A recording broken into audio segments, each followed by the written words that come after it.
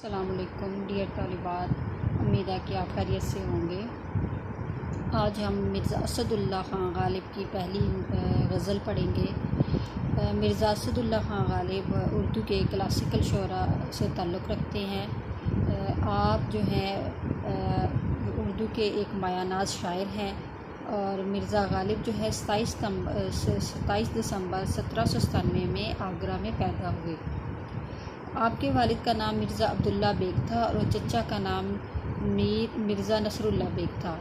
बचपन में ही वालिद का साया गालिब के सर से उठ गया, चुनांचे चचा ने परवरिश की, लेकिन जल्द ही चचा का साया भी सर से रुखसत हुआ और अब गालिब की गुज़र बसर जो है वो वजीफ़े पर होने लगी। 1810 में उनकी शादी अमराव बेगम से हुई, जो नवाब इलाही बख्श खां मारूफ की बेटी थी। जितने भी आपके बच्चे पैदा हुए बचपन में ही मुल्क अदम को सुधार गए।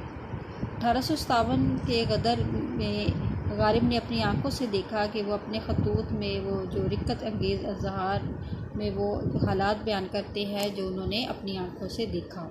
मिर्ज़ा तमाम उम्र अपनी फ़ारसी शायरी पर नाज़ा रहे, लेकिन वजह शोहरत उनकी उर्दू दीवान से हुई।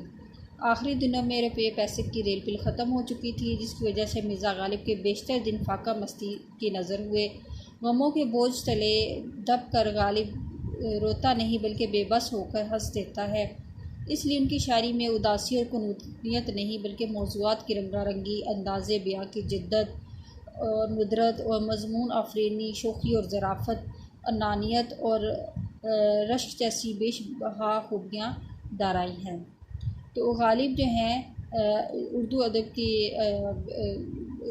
गज़ल में जितनी मकबूलियत रखते हैं, बहुत कम ऐसे शोरा है जो गालिब जैसी अहमियत के मालिक हैं।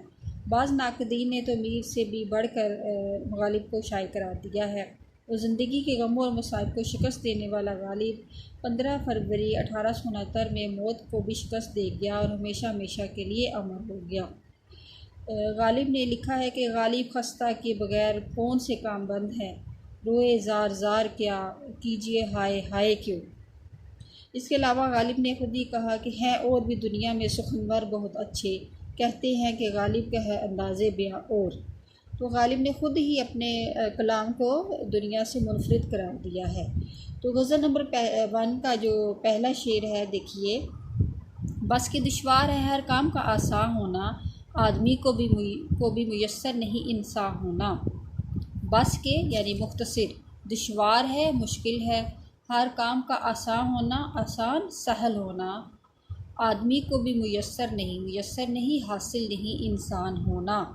मफ़हूम देखिए कि शायर इस शेर में कहते हैं कि हकीकत ये है कि किसी काम को आसान बनाना बहुत मुश्किल है और इसी तरह आदमी का इंसान बनना भी मुश्किल काम है। शायर इस शेर में कहते हैं कि दुनिया में हर काम का आसान होना मुश्किल है, क्योंकि ज़ाहिर कोई भी काम आसान और सहल दिखाई देता है, लेकिन इसको पाया तकमील तक पहुंचाना एक मुश्किल काम है। यानी जब तक हम मेहनत नहीं करेंगे, कोशिश नहीं करेंगे, तो कोई भी काम हमें आसान नहीं लगेगा, बल्कि हर काम हमें मुश्किल ही लगेगा। दरअसल गालिब जो है इंसानी ज़िंदगी के रमशनास थे। वो इंसानी नफ्सियात का गहरा जो है मुताला रखते थे और उन्होंने एक आफाकी हकीकत को नहायत फ़नकाराना अंदाज से शेरी कालम में डाला है।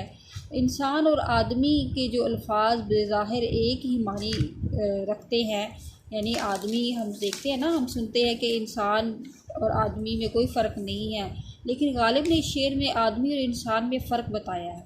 फ़र्क क्या है कि आदमी जो है वो है जो गिनने में आते हैं, यानी तादाद में, यानी जो बनी आदम से ताल्लुक़ रखते हैं जितने भी लोग, और इंसान वो है जो ख़ास लोग हैं अल्लाह के, यानी कि कुंदन से जो मसे ख़ाम से जो कुंदन बन जाते हैं, यानी हज़रत आदम की औलाद आदमी कहलाती है और इंसान का मफ़हूम कुछ ज़्यादा आला और अरफा है। बेज़ाहिर चलने फिरने और खाने पीने वाले फ़र्द को गालिब ने आदमी कहा है, लेकिन ज़रूरी नहीं है कि वो इंसान भी हो। महज इंसानों किसी शक्ल रखने से कोई भी बंदा इंसान नहीं बन जाता, बल्कि इंसान वही होता है जो इंसानियत के जज्बे से सरशार होता है, और इंसान बनने के लिए तो बहुत ज़्यादा मेहनत दरकार होती है। इसीलिए तो दूसरे शायर ने कहा था कि फ़रिश्तों से बेहतर है इंसान बनना। मगर इसमें पड़ती है मेहनत ज़्यादा। तो इंसान को जिस मकसद के लिए इस कायनात में भेजा गया है, अगर वो अपने मकसद को बुला बैठे तो वो इंसान नहीं है, बल्कि एक निकाल की हैसियत रखता है जो इंसानियत की नकल के सिवा कुछ नहीं करता। और ये याद रहे कि इंसान की नकल तो बंदर भी कर सकते हैं, लेकिन जो इंसान की तरह सोचने से कासिर है, मालूम हुआ है कि दूसरे इंसानों के दुख दर्द बांटने वाले ही सही इंसान कहलाने के हकदार हैं। तो शायर ने बड़े खूबसूरत अंदाज में आदमी और इंसान की डेफिनेशन बताई है, तारीफ़ बताई है कि आदमी वही है जो नहायत कमाल रखता हो, जो बेहतरीन मखलूक होने के बावजूद इंसानियत के तकाज़े भी पूरे करे। तो दुनिया में किसी और काम में कैसे कमाल और महारत हासिल करता है। यानी शायर ने किसी ने कहा है कि अपनी अपनी ज़ात से निकलो लोगों, अंधी रात से निकलो। यानी वही लोग जो दूसरों के लिए दुख सुख में काम आते हैं, दूसरों के लिए काम आते हैं, वही जो है आदमी इंसान कहलाने के मुस्तहिक है। शेर नंबर 2 देखिए, आप जान वाय दीवानगी शौक़ के हर दम मुझको, आप जाना उधर और आप ही हैरान हो जाना। वाय अफसोस के लिए ये लफ्ज़ इस्तेमाल होता है। शायर कहते हैं कि अफसोस है दीवानगी जुनून में, दीवानगी शौक़ यानी मोहब्बत के शौक़ में, मोहब्बत के जुनून में, हर दम मुझको यानी हर घड़ी मुझको, आप जाना उधर और आप ही हैरान होना। उधर से मुराद महबूब के कूचे में।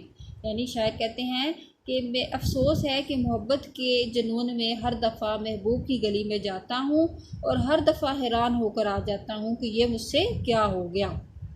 और शायर जो है यहाँ पे रवायती जो है वो आशिक का मफ़हूम बयान करते हुए बताते हैं कि जो आशिक होता है अमूमन महबूब के हुस्न में इस कदर खो जाता है और वो उसकी रंगीनी हुस्न का मज़ा लेने के लिए अपने होशो हवास से हाथ धो बैठता है और महबूब से मुलाकात की ख्वाहिश में वो बेकरार रहता है। और आशिक जो है वो इतना जुनून उसमें होता है, इतना पागलपन होता है कि वो अपने आप से बेखुद होकर कूचाए जाना की तरफ चल पड़ता है। कूचाए जाना यानी महबूब के कूचे में चला जाता है। और गोया शायर घर से किसी और काम की घर से निकलता है, लेकिन दिल और दिमाग पर काबू ना रखने के बायस महबूब की गली में जा निकलता है। इसीलिए नासिर काज़मी ने कहा था, चले थे और किसी रास्ते की धुन में मगर हम इत्तेफाक से तेरी गली में आ निकले। तेरी गली मुराद यानी महबूब की गली। तो शायर ने दूसरे मिसरे में जो लफ्ज़ हैरान इस्तेमाल किया है, ये इसलिए इस्तेमाल किया है कि महबूब की गली में बार बार इसलिए जाता हूँ कि शायद महबूब का कोई जलवा या महबूब से कोई मुलाकात हो जाए, महबूब का जलवा नज़र आ जाए। गोया कि वहाँ जाकर ये एहसास होता है कि महबूब के कूचे तक रसाई तो कदरे आसान है, मगर महबूब की महफिल तक पहुँचना और दीदार महबूब का करना थोड़ा मुश्किल है। इस हकीकत से हाशना होने के लिए इश्क जुनून के हाथों पर मजबूर होकर महबूब के कूचे का बार बार तवाफ़ करने पर आशिक जो है वो मजबूर हो जाता है और दिली तौर पर इसलिए हैरान है कि वो हर काम करना उसकी ख्वाहिश ना थी, लेकिन उसका हर फेल जो है वो ये बताता है कि वो अपने महबूब से बहुत मोहब्बत रखता है और ना चाहते हुए भी वो महबूब के कूचे में चला जाता है। इसीलिए शायर ने क्या खूब कहा था, तेरे कूचे में इस बहाने मुझे दिन से रात करना, कभी उससे बात करना कभी उससे बात करना। तो शायर कहते हैं कि महबूब की गली तक तो मैं चला जाता हूँ, लेकिन वहाँ जाकर हैरान होता हूँ कि इस शिद्दत से महसूस होता है कि ऐसा करने से तो मेरे जो मोहब्बत का राज है वो तो फाश हो जाएगा। अगर गलती से महबूब की गली में चला भी जाए तो महबूब के घर का पता नहीं पूछता, बल्कि इससे नहीं पूछता कि कहीं महबूब की बदनामी ना हो जाए। जैसे गालिब का ही एक शेर है, छोड़ा ना रश्क ने तेरे घर का नाम लूँ, हर एक से पूछता हूँ जाऊँ किधर को मैं। यानी शायर जो है वो अपने जज्बा मोहब्बत की वजह से महबूब के कूचे में चले जाते हैं और फिर हैरान हो जाते हैं कि मुझसे ये क्या काम सरजद हो गया। शेर नंबर 3 देखिए, इशरत कत्ल गा अहले तमन्ना मत पूछ, ईद नज़ारा है शमशीर का उलियाँ होना। यहाँ पे शायर बयान करते हैं कि जो मक्तल में जब होता है, इशरत होता है खुशी, और कत्ल गा यानी कत्ल होने की जगह, अहले तमन्ना यानी इश्क करने वाले, और ईद नज़ारा यानी देखने की खुशी, शमशीर उरियाँ नंगी तलवार, उरियाँ नंगे को कहा जाता है। यानी यहाँ पे मफ़हूम देखिए कि शायर कहते हैं कि मक़तल यानी कत्ल होने की जगह में जब उशाक तलवार को देखते हैं तो उनके लिए ये मंज़र ईद का दिन होता है। अच्छा, इसकी तशरीह देखिए कि आशिक के लिए मरने की जगह पर तलवार का नज़र आना क्यों खुशी का बाइस होता है। क्योंकि अहले तमन्ना यानी आशिक जो है साहिब इश्क और वफ़ा जो है अपनी कत्लगाह को ऐशो निशात की जगह ख्याल करते हैं। क्योंकि महबूब के हाथों कत्ल हो जाना ही उनके नज़दीक असल मकाम और मसरत और खुशी होती है।